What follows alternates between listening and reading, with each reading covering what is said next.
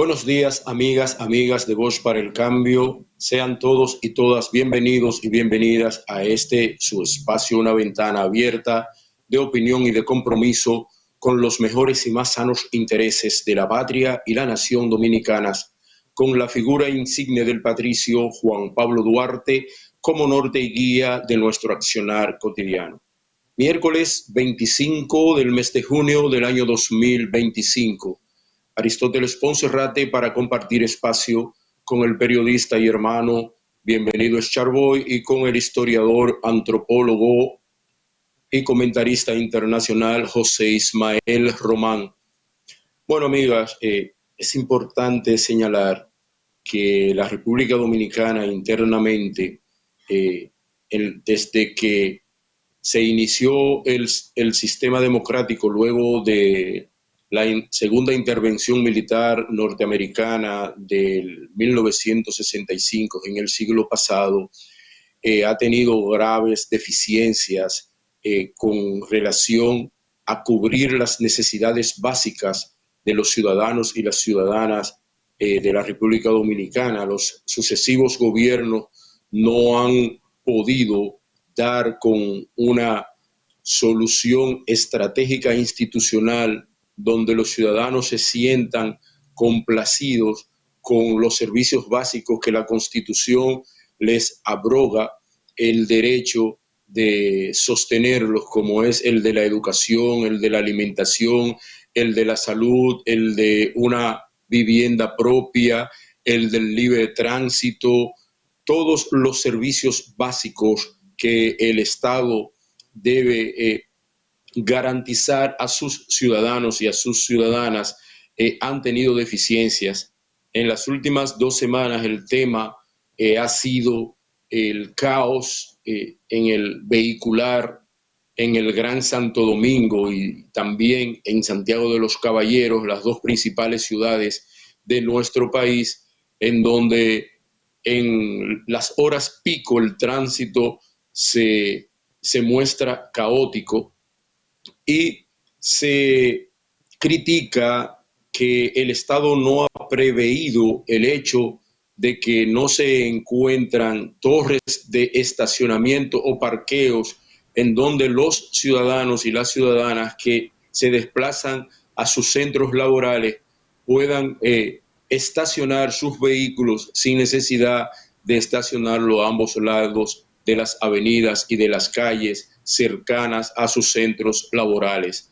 Está en discusión el plan que ha sugerido el gobierno, el caos vehicular se mantiene una alta importación de vehículos que va a agravar en breve plazo más el caótico tránsito porque las calles siguen siendo de igual anchura. No se ha previsto tampoco ampliar ciertas calles y avenidas que se congestionan cotidianamente, pero ya tengo ahí al colega y amigo Bienvenido Charboy, al cual le damos la bienvenida a este su espacio. Adelante, Charboy. Buen día, hermano. Yo estaba aquí esperando hace rato. Yo lo escuché desde el principio. Usted. Gracias, gracias. Estaba esperando que me dieran entrada. Pero aquí estamos, tal como usted dice, hermano, el tema del tránsito, que ha sido recurrente como otros temas que el Estado Dominicano nunca ha podido resolver, ¿no? Siempre vivimos patinando en lo mismo, ¿no? Y tomando medidas sobre medidas, leyes sobre leyes, reglamentos sobre reglamentos. O sea, incluso ahora hay una tendencia en otras áreas, otros aspectos, vamos a decir, o de otras políticas, hay una tendencia a que como causa de que no se cumplan las leyes, las penas. O sea, ahora se está hablando en todo de, de poner penas más drásticas. pero el problema es que no se han aplicado ni siquiera, vamos a decir, las penas que son benignas o leves. Pero hay otras leyes que son también drásticas y nunca se cumplen. El problema aquí no es ese, ¿no? Fíjate que ahora está el tema del Código Procesal Penal otra vez, con el tema del YECSE, de la tragedia del YECSE.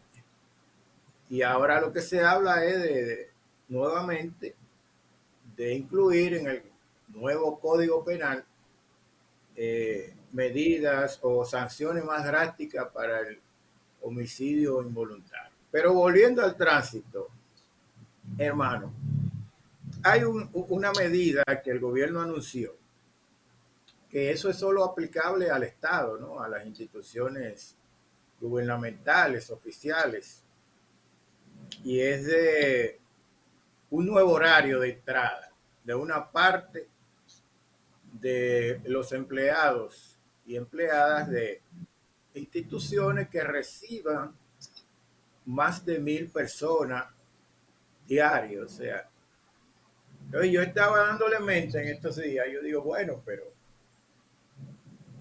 fue una diferencia de media hora, una hora, te puede coger otra vez en un mismo tapón.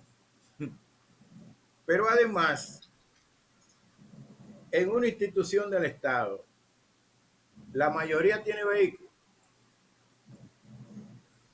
O la mayoría, o los que tienen vehículos, hay una parte que no va en su vehículo al trabajo. Entonces, yo no sé hasta dónde esas medidas o esa medida específica puede arrojar resultados. Ponce, no sé qué usted cree, porque una hora o media hora antes no creo que resuelva el problema. Porque aquí hay también un asunto de cómo son las calles de Santo Domingo, por ejemplo. Algunas ya las han ampliado, otras son de la década de los 40, de la década de cuando el Trujillato, que a veces apenas paralelo caben 2 vehículos. O sea, hay una serie de factores. Ahí está el caso de los cascos protectores para las motocicletas, los motoristas. Eso está en la ley de tránsito. Que tú recuerdas que se hizo mucha bulla con esa ley. Creo que el autor fue este muchacho que era del PLD, que son hermanos. Se me fue el nombre. El hermano de que fue presidente de la FED. Entonces, se hizo mucha bulla, que se prohibió que se montaran 3 o 4 en un motor y lo dijimos el día pasado, en un motor va una familia entera, va la esposa, el padre y 2 hijos atrás. A veces hay uno que uno se sorprende en la forma en que van. Entonces, es un problema de aplicación y de cumplimiento de la ley. No sé qué. Bien, cuando tú ves que el gobierno dice 150 medidas, es excesiva las 150 medidas, significa que no tiene idea hacia dónde va. Lo mismo cuando el gobierno dice que va a someter un nuevo proyecto de ley, lo que le está diciendo al ciudadano y a la ciudadana común y de a pie es que fracasó en el intento, porque si no hay régimen de consecuencia con la legislación amplia que tiene el país y no se cumple, porque los organismos encargados del cumplimiento de las leyes y las normas institucionales y constitucionales de República Dominicana no le ponen freno a los desmanes de quienes las violentan, entonces crear nuevas legislaciones sobre legislaciones que no se aplican es no aplicar tampoco las nuevas legislaciones, es decir, fracaso total y rotundo de la aplicación rigurosa de la ley por parte del Estado Dominicano. En el caso de que estamos comentando del caos vehicular, oye, cada día surgen nuevos espacios donde se importan vehículos. En mi calle, ahí en la Hermanas Mirabal, nunca había visto un dealer y en menos de 2 años ya tenemos 7 dealers en una misma calle cómo entonces le están dando tantos permisos de dealer, de importación de vehículos. ¿Cuándo va a parar el caos vehicular? Si se habla de más de 6 millones de vehículos en las calles y avenidas de República Dominicana, dentro de 5 años estaremos hablando de cuánto, de 8 o 9 millones de vehículos. Estarán en capacidad nuestras calles y avenidas para soportar ese gran peso vehicular transitando por nuestras calles. Es que no se atacan los problemas por donde se debe, porque atacar la importación es atacar a las oligarquías que traen esos vehículos y que importan esos vehículos al país, y a las oligarquías no se le puede tocar, a los intereses de la oligarquía no se le puede tocar, a los de los ciudadanos y las ciudadanas sí, se les puede tocar hasta con la fuerza, hasta con la coerción, pero a los de la oligarquía no. Bien, esa es la realidad. Así es, hermano, y fíjate que eso que tú dices de los dealers, los vendedores de vehículos, en cualquier, donde había un callejón baldío antes, tú pasas un mes después y encuentras un dealer, ya, porque como ahora se vende por internet, ya no están en las grandes avenidas solamente, sino donde quiera que tú vas en lo interno de un residencial, a veces de clase media, media alta, ahí están como las frituras, que cuando ponían una fritura en una esquina, ya a las 2 o 3 semanas en los barrios, había 5 haciéndole competencia. Pero tú sabes también en el fondo qué hay detrás de esos negocios, cosa que ahora no nos vamos a meter. Como tenemos a Osimael Aristóteles, para hablar de política internacional, creo que podemos tocar algunos temas, aunque comenzamos un poquito tarde. Ahí hay un trabajo en el periódico Diario Libre sobre el Parlacén, lo que le cuesta al país, al Estado, eh, ese organismo que nada beneficia al pueblo, al Estado, al gobierno, porque no tiene nada vinculante. O sea, son un grupo de supuestos legisladores que le llaman, que sesionan mensual o deben ir mensualmente a la sede que antes estaba en Panamá, creo que ahora está en Guatemala, y por eso reciben, creo que son $5,000 mensuales. Pero yo no sabía, recuerda que programas pasados lo tratamos, que no sabía que recibían también exoneraciones de vehículos. Entonces dice el trabajo aquí de periódico Diario Libre que el año pasado esos burócratas le costó al país 662 millones de pesos. Y que en ese periodo han hecho 24 pronunciamientos y recomendaciones. Perdón, en este año, en lo que va de año. O sea, pero que eso no tiene ninguna vinculación, nadie le hace caso. Es un premio de consolación que le dan los partidos tradicionales a sus aliados, por un lado, y aquellos militantes o dirigentes que no obtuvieron en sus convenciones una victoria, o sea, que no lograron que su candidatura o sus precandidaturas a diputados, regidores, senadores ganara, ¿no? Entonces le dan ese premio de consolación. Y te falta también que le dan inmunidad parlamentaria a algunos ministros acusados de corrupción administrativa en el erario, y expresidentes sindicados, como pasó con el pasado presidente, ¿verdad?, del PLD, que inmediatamente cayó como miembro del Parlacén para tener inmunidad parlamentaria. ¿Te faltó eso, Bienbo? Sí, porque creo que automáticamente los expresidentes caen en ese organismo. Ya incluso en otros Bien. países también ha ocurrido. Sí. Saludos, Ismael. ¿Cómo está?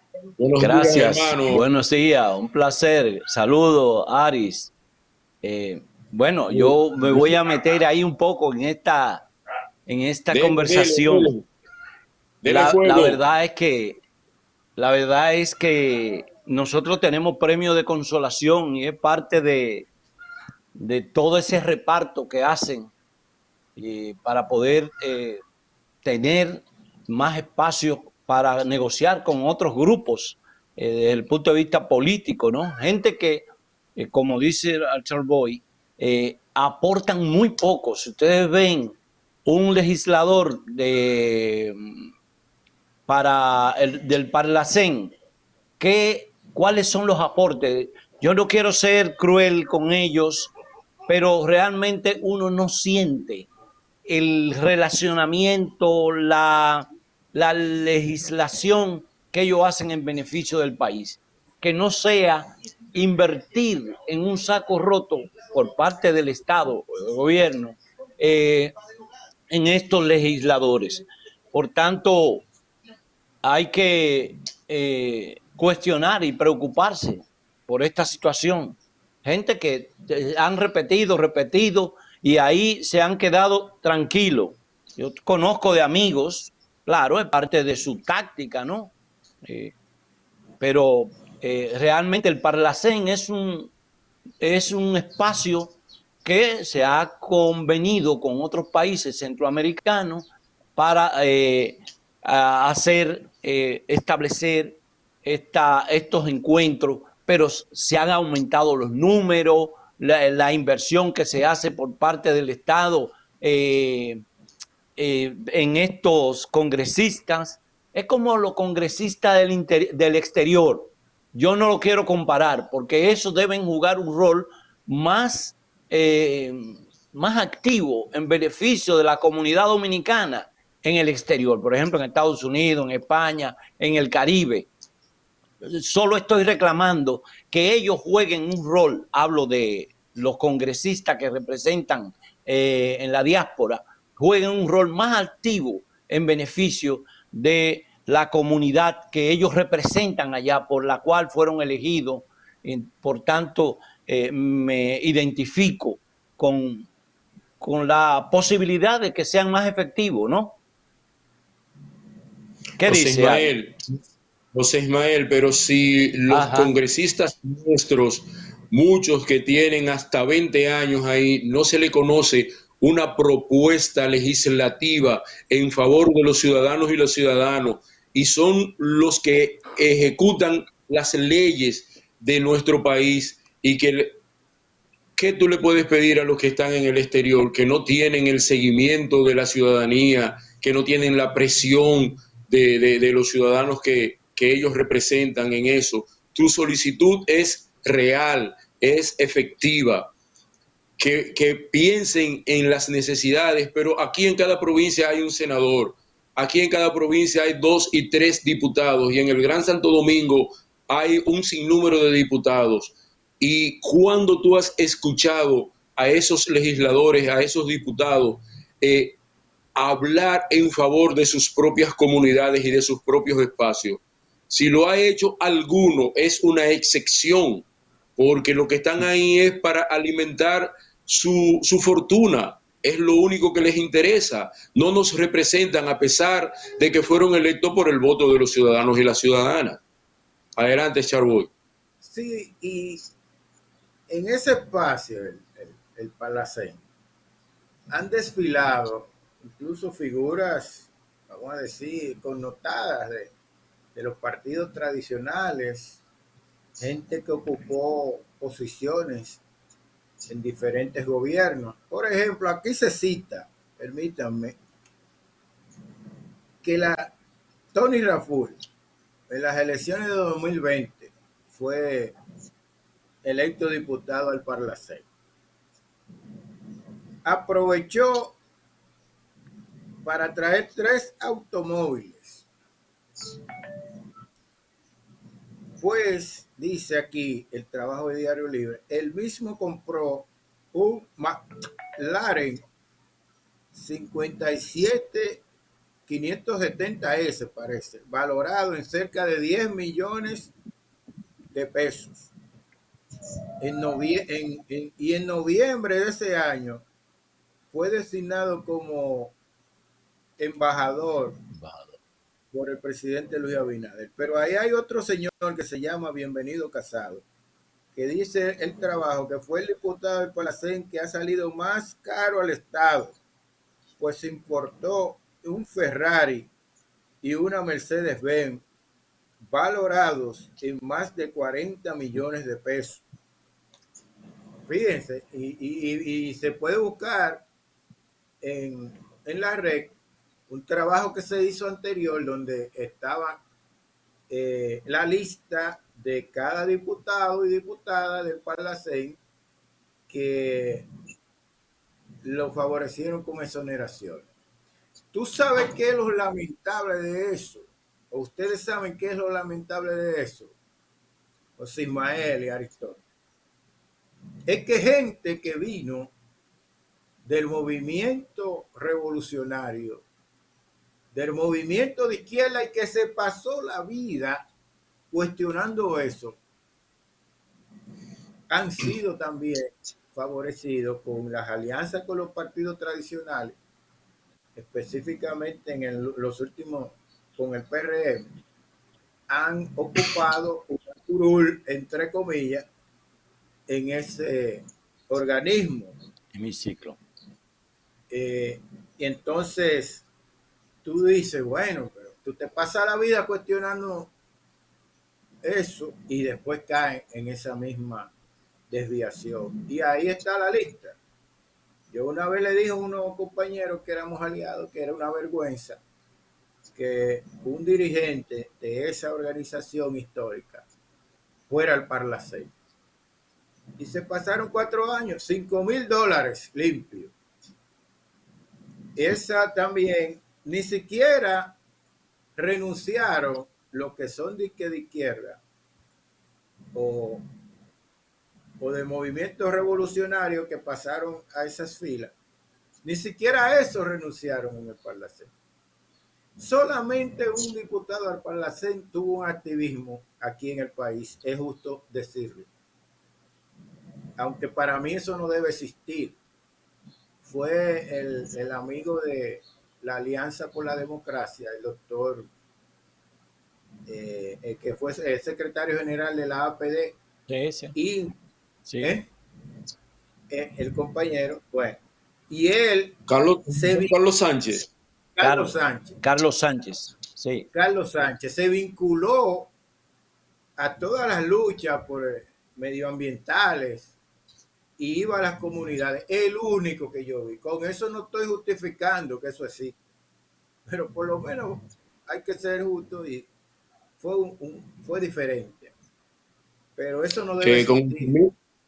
Con el permiso de José Ismael y Escharboy, son las 8:05. Vámonos a una breve pausa y retornamos de inmediato con más informaciones para nuestros amigos y amigas de Voz para el Cambio.